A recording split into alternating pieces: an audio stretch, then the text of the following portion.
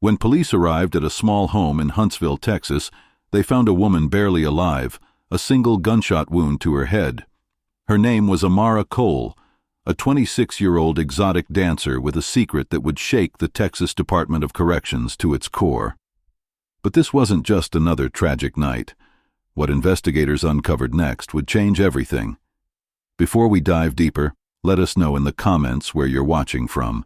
We'd love to hear from you. And if you're new here, click on the subscribe button so you never miss any of our upcoming videos. Amara Cole was 26 years old when she died. She had the kind of smile that could light up a room, the kind of confidence that made you believe she had everything figured out. By day, she was a daughter, a friend, someone who dreamed of opening her own salon one day. By night, she worked at an upscale gentleman's club in Houston, where the money was good and the questions were few. What no one knew was that Amara was living a secret that would eventually consume her. She was in love with a man she could never openly be with. His name was Frank Dillard, and he was a prison warden with decades of service, a spotless reputation, and a wife waiting for him at home every night. Their relationship began at a private event at the club where she worked. He wasn't like the other men there. He spoke to her like she was a person, not a transaction. They talked for hours that night, and when he slipped his number into her hand, something in his eyes made her believe this could be different. And so it began. Late-night phone calls, secret meetups in quiet motels. He told her she was special, that she made him feel alive again. She believed him because she wanted to, because for the first time in a long time, someone made her feel like she mattered. But secrets have a way of becoming cages. What started as passion slowly became control. He decided when they could meet, how much she could tell anyone. He decided everything. Amara told herself it was worth it, that one day he would leave his wife, that one day they could be together openly. But deep down, she knew the truth. She was living in the shadows of his life, and shadows have no future. Her friends began to notice the changes. She stopped going out, stopped talking about her future, stopped laughing the way she used to. The truth was, she was drowning in a relationship that gave her just enough air to survive, but never enough to breathe freely. Frank justified it in his mind. His marriage was dead anyway, but he knew that if anyone found out, his career would be over, his reputation destroyed. So he kept Amara hidden, tucked away like a guilty pleasure he couldn't quite give up. Then came the phone calls that felt different, where he sounded distant, as if he were already planning his exit. Amara started to feel she was losing him, so she held on tighter. She started asking questions. "When are you leaving her? Why can't we go out in public?" And Frank, feeling the walls closing in, started pulling away even more. But before things could fully unravel, something happened that would shift everything, something neither of them expected. It was a routine visit.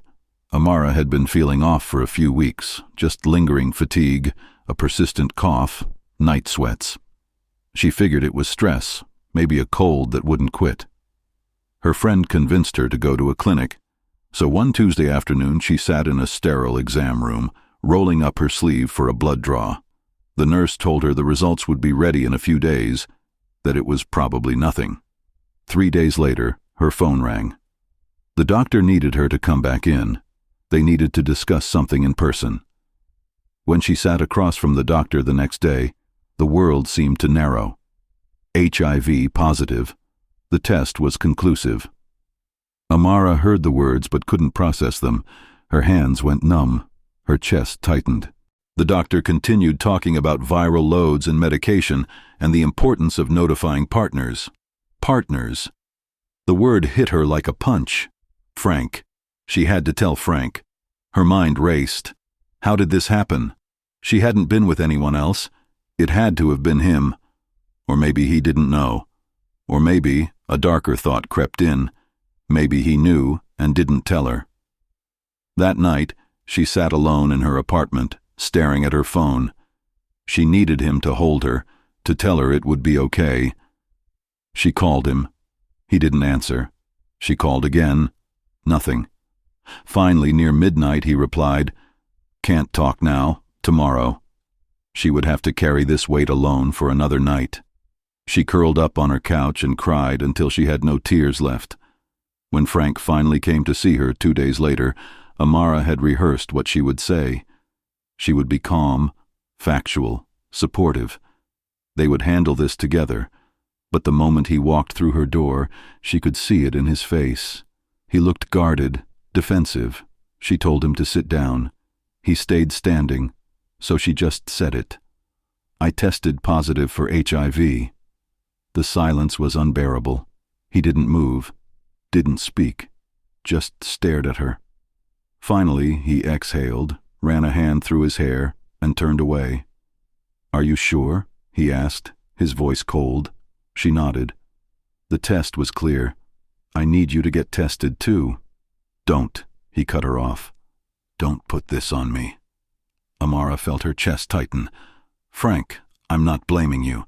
I just need you to understand." "Understand what?" he snapped. "That you're going to ruin my life? Everything I've built is going to fall apart?" She couldn't believe what she was hearing. "This isn't about you. I'm scared. I'm terrified. And I need you." He shook his head. "I can't do this, Amara. I can't be involved in this." The words hit her like a slap. "You can't be involved. We've been together for 2 years. You told me you loved me." "I know what I told you," he said quietly, "but this changes everything. I have a wife. I have a career. I can't have people knowing about us." And there it was, the truth she'd been avoiding. She wasn't his partner. She was a liability, a risk. Frank reached into his wallet and pulled out a stack of cash. He set it on the table. "This should help with your medical bills, but after this, we can't see each other anymore. It's over." Amara stared at the money, then at him, and something inside her shattered. "Get out," she whispered. He hesitated, then nodded and walked toward the door. Before he left, he turned back. "I'm sorry," he said, but his eyes were empty. Over the next few weeks, Frank stopped answering her calls entirely. He blocked her number. He sent money through intermediaries, as if paying her off would erase the problem. But Amara wasn't going away, because now it wasn't just about heartbreak. It was about survival, and she was done being invisible. Grief has a way of turning into anger. Amara spent weeks oscillating between despair and rage, replaying every conversation, every promise Frank had made. All lies. And now he wanted her to disappear quietly, to take his money and fade away.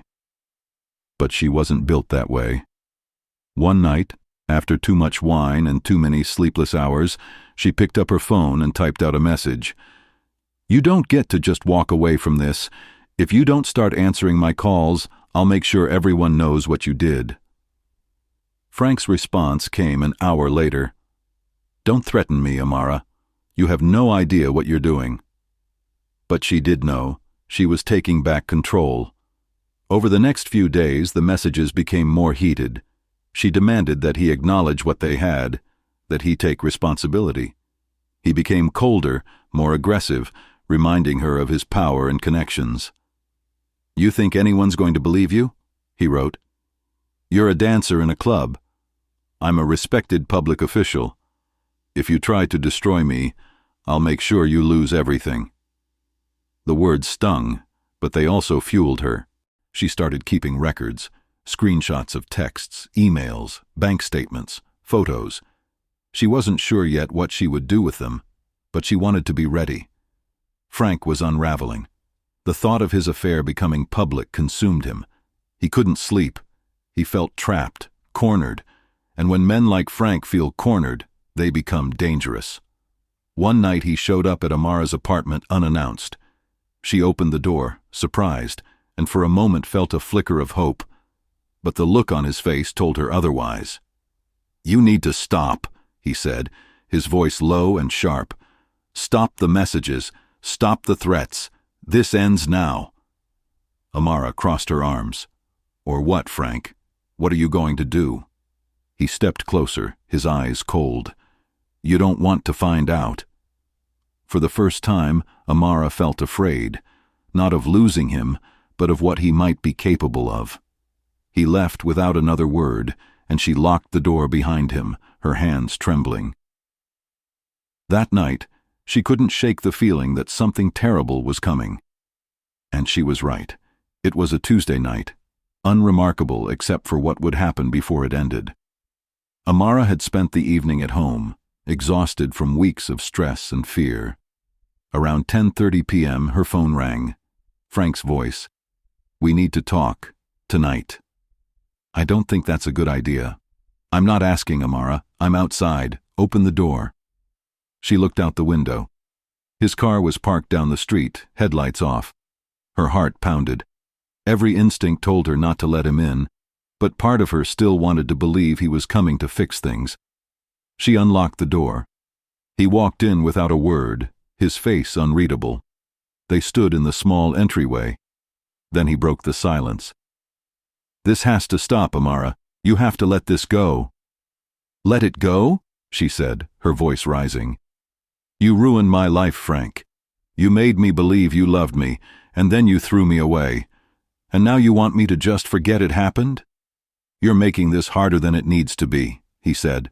"I gave you money, but you keep pushing, and I can't let you destroy everything I've built." "You did this to yourself," she shot back. "I didn't ask to fall in love with a married man. I didn't ask to get sick. But you don't get to walk away clean while I'm left with nothing."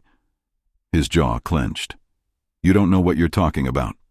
"Then tell me," she demanded. "Did you know? Did you know you might have infected me and you just didn't care?" The question hung in the air. Frank's face darkened. "You need to stop talking." "Answer me," she shouted. "Did you know?" And then something shifted. His eyes went cold, empty. What happened next is still unclear. Neighbors reported hearing raised voices, then a sudden sharp sound, a single gunshot, then silence. When police arrived at 11:47 p.m., they found Amara lying on her bedroom floor, a gunshot wound to her head. She was barely breathing. A revolver lay near her hand, but something was off. No powder burns on her skin, no residue on her hands. The gun had been wiped clean, no fingerprints. The scene looked staged. Paramedics rushed her to the hospital, but the damage was too severe. She remained in a coma for 3 days before her family removed life support. Amara Cole was pronounced dead on a Friday afternoon, with her mother holding her hand and the truth locked inside her. Detectives found Frank's car on surveillance footage near her building. They found the angry texts, the money transfers, the mounting evidence. But Frank had already lawyered up. He denied everything, claimed he hadn't seen her in weeks, said she was unstable. And because he was who he was, people listened. The case stalled, but those who knew Amara knew the truth. She didn't pull that trigger. In the weeks following Amara's death, the community began asking questions. How could a young woman with no history of suicidal behavior suddenly take her own life? Why were there no fingerprints on the gun? Why was a prison official seen near her home that night and yet never charged? Frank Dillard resigned quietly, citing personal reasons. He was never charged with anything. He moved to a different county, took a consulting job, and continued his life as if Amara had never existed. The official cause of death remained self-inflicted gunshot wound, despite the inconsistencies, despite the evidence. Amara's family tried to push for a deeper investigation, but they hit wall after wall. Witnesses were hard to find, records went missing. It was as if the system had closed ranks. Public outcry grew. Local activists held vigils, demanding justice, but the media coverage was brief and then silence. Her mother gave one interview, her voice shaking. "My daughter was not suicidal. She was scared, yes. She was hurting. But she was a fighter. She would never give up like that. Someone took her from us, and they're getting away with it." The interviewer asked if she believed Frank Dillard was responsible. She looked directly into the camera.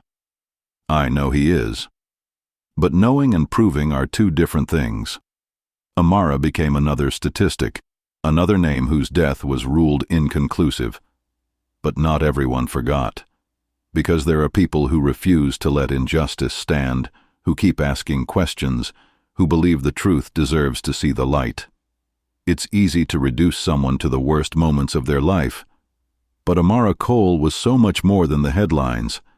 She was a daughter who called her mother every Sunday without fail. She was a friend who showed up when you needed her, ready to listen or distract you. She was a dreamer who kept a journal filled with plans for her salon, sketches of how she'd decorate it, lists of names she liked. She was someone who loved fiercely, who believed in second chances and saw the good in people even when they didn't deserve it. Her friends described her as magnetic, someone who could walk into a room and make everyone feel seen. And maybe that's why she stayed with Frank for so long, because she wanted to matter to him the way he mattered to her. Her family keeps her memory alive. Her mother wears a necklace with Amara's initials. Her younger sister named her daughter after her. Every year on her birthday they gather at her grave, bringing flowers and telling stories. They talk about the girl she was before everything fell apart, the one who used to dance in the kitchen while cooking, who loved old movies, who could make you laugh on your worst days. That's who Amara was. Not a headline, not a cautionary tale, a person who deserved better than what she got. The file on Amara Cole's death remains officially open, though no active investigation is underway. No one was ever charged. The truth of what happened that Tuesday night died with her. Or maybe it didn't. Maybe it's sitting in someone's conscience, a weight they carry every day. Maybe one day that person will speak. Or maybe they'll take it to their grave. But here's what we know. Amara Cole lived. She loved and was loved. She suffered, was betrayed, and died under circumstances that don't add up. And somewhere, someone knows exactly what happened. So what do you think really happened that night? Was Amara's death truly self-inflicted, or was it something far more calculated? How would you feel if this happened to someone you loved? If your sister, your friend, your daughter was found like Amara was and the investigation just stopped? Would you be able to accept it, or would you spend the rest of your life fighting for the truth? These are the questions that keep cases like this alive. Because justice isn't just about convictions. It's about remembering, refusing to let someone's life be erased, their voice be silenced. If this story affected you, please like this video. It helps us reach more people who care about stories that deserve to be heard. And don't forget to subscribe, because every week we bring you real stories that still demand answers. Amara Cole's life mattered, her death matters, and her story will not be forgotten. Thank you for watching.